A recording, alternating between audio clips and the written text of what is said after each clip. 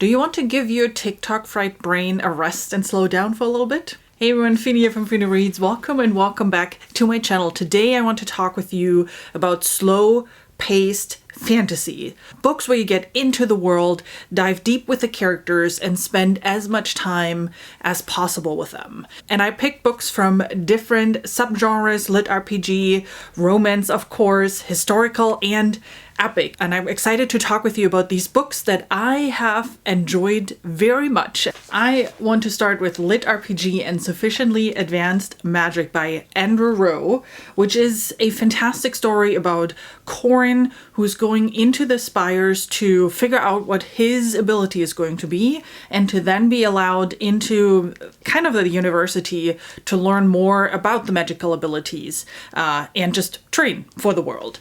And in typical LitRPG manner, we're going on quests, we have adventures, he has tasks to fulfill, but at the same time, we get a lot of time with him and we learn a lot about him. He's telling us a lot about him.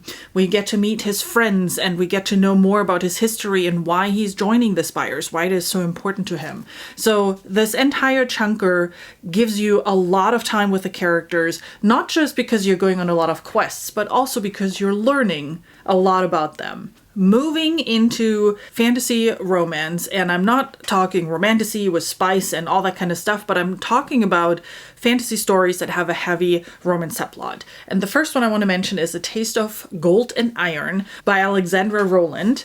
This is heavier on the romance side. So while it plays in a fantasy world, we're actually not getting to see as much of it. The big part of the story is the relationship between the prince and his kind of bodyguard. So we're following a rather shy prince that is being challenged to prepare for taking over the country at one point, but just his shyness really stops him from doing that. There were some humiliating situations for the royal family because of that. So he needs to get better. So he is being assigned a kind of companion bodyguard type of person.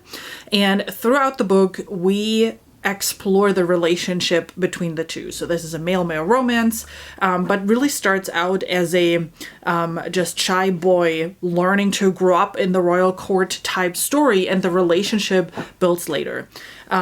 There's not really a whole lot of spice in this story. It's been a while since I read it, but I don't remember any spice in that story. It was, if there was any, it was very, very little. The focus really is on the relationship between the two and how they're slowly starting to trust each other, getting closer, and are then helping each other to achieve their different goals. Slightly different is Kai Esso's book Time Becomes Relevant, which is book 1 in the Chaswick of Land series. This is more a fantasy than a romance, but has a romance subplot, and the author herself talks about the romance as being a very important part of the story. In this book, we are following Magnolia, who's half elf, half human, as she is navigating court and politics, which is a big part of the story, as she meets Chaswick of Land, who I won't tell you what or who he is, but they're getting closer together and they are forming a very important bond.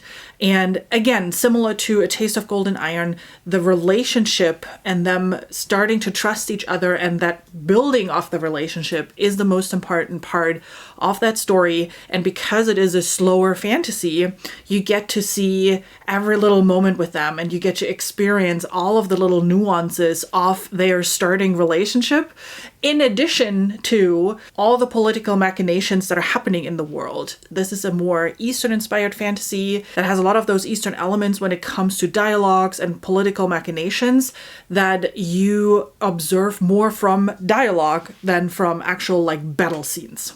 Next subgenre, which is one that I find is underrated, and I actually love the subgenre but need to read a whole lot of more books in that. Anyway, is historical fiction.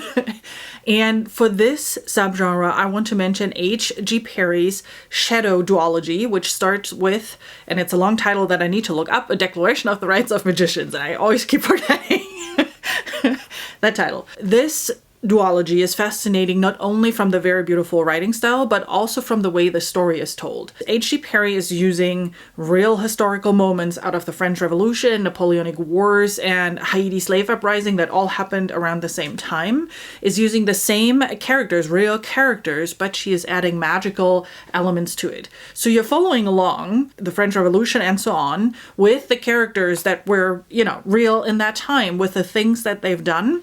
But they are necromancers or vampires, and they're dragons in the world and all that kind of fun stuff. And the main part of the story too is not the plot itself, because that is known if you spend some time in history class, but the good part is the dialogues again. You're following along all these very politically very important people. You're listening to their conversations. You're watching them as they're making decisions and are navigating the very precarious situations that are happening, and all of that with magical abilities. Super slow. I think this duology is one of the slower ones on my list here. And what I find fascinating because of that, it actually got really low ratings on Goodreads. But I find H.G. Perry has done such an amazing job in interweaving real history with magical elements. By the way, if you think I'm missing any of the good, slow-paced fantasy or maybe even sci-fi, let us know down in the comments. And while you're down there, don't forget to hit the like button, share this video, subscribe if you haven't already. You know the spiel. I really appreciate your support. Thank you so much. And with that, we are going into the epic fantasy subgenre category. And I want to start that category with Kate Elliott's Witch Roads duology. This is a rather new release. She just released book 1 and 2 last year. And I always joke about when I talk about this book that this is essentially a book about a journey. Think Lord of the Rings. I mean, let's face it, Lord of the Rings is about a journey. It's one of the most famous slow-paced fantasy books, not on my list, but also one that you could add to that. But in a similar vein, Kate Elliott's Witch Roads is about a motley crew that is walking along the Witch Road.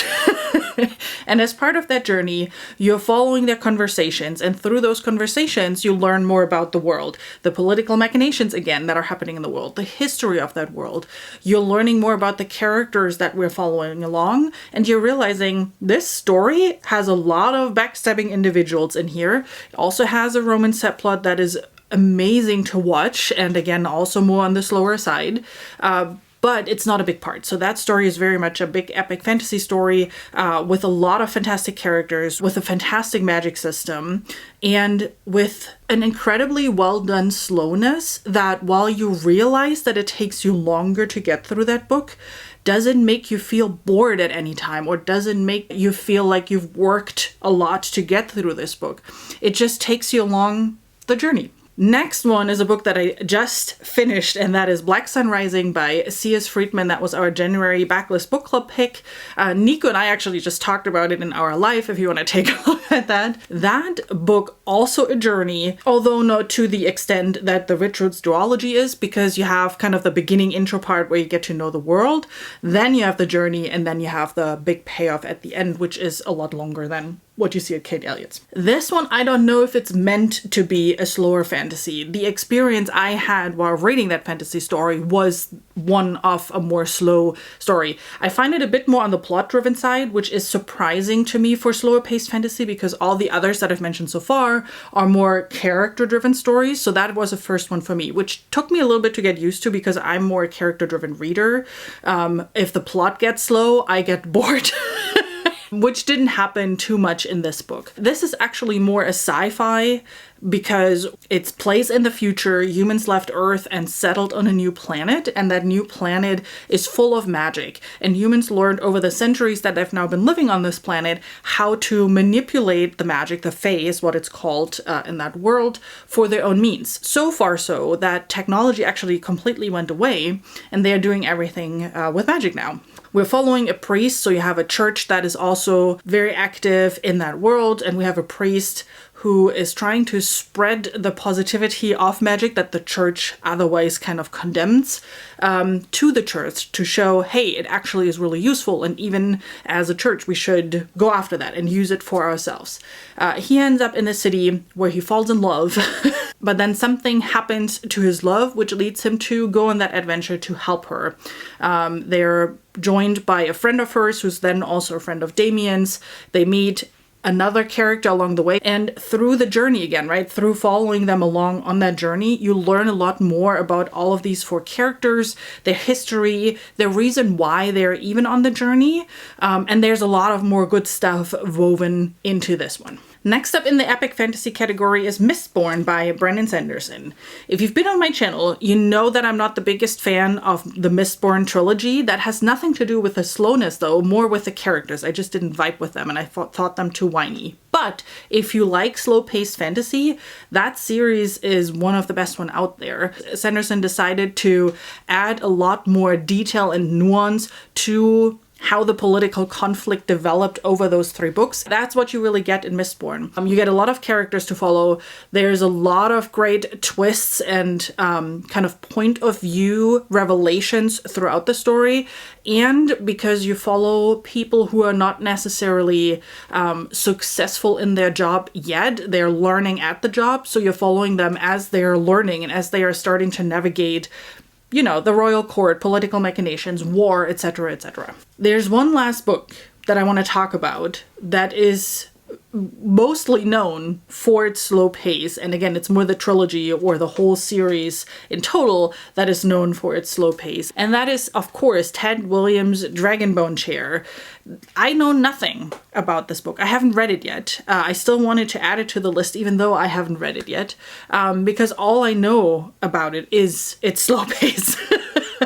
And it seems to be a hit or miss with people. So it's kind of fascinating to see this is one of those books where you look in the reviews and you have one half saying, ugh, this is so slow, it's boring. And the other half saying like, I love the slow pace of this. This is fantastic. And everything, kind of the vibe it's giving me, makes me think that this is going to be a slow paced book that I'm going to really enjoy. So I'm looking forward to that because it's on my list for this year. So wish me luck. What do you think of my list of slow-paced fantasy books? Which one did I forget? Let me know down in the comments. And if you're looking for more recommendation, I have this fun video here where I talk about 10 indie fantasy books, but they are getting increasingly darker as I continue with my recommendation. Feel free to check that out. And then I'll see you soon with another video. Till then, have an amazing rest of your day. Bye!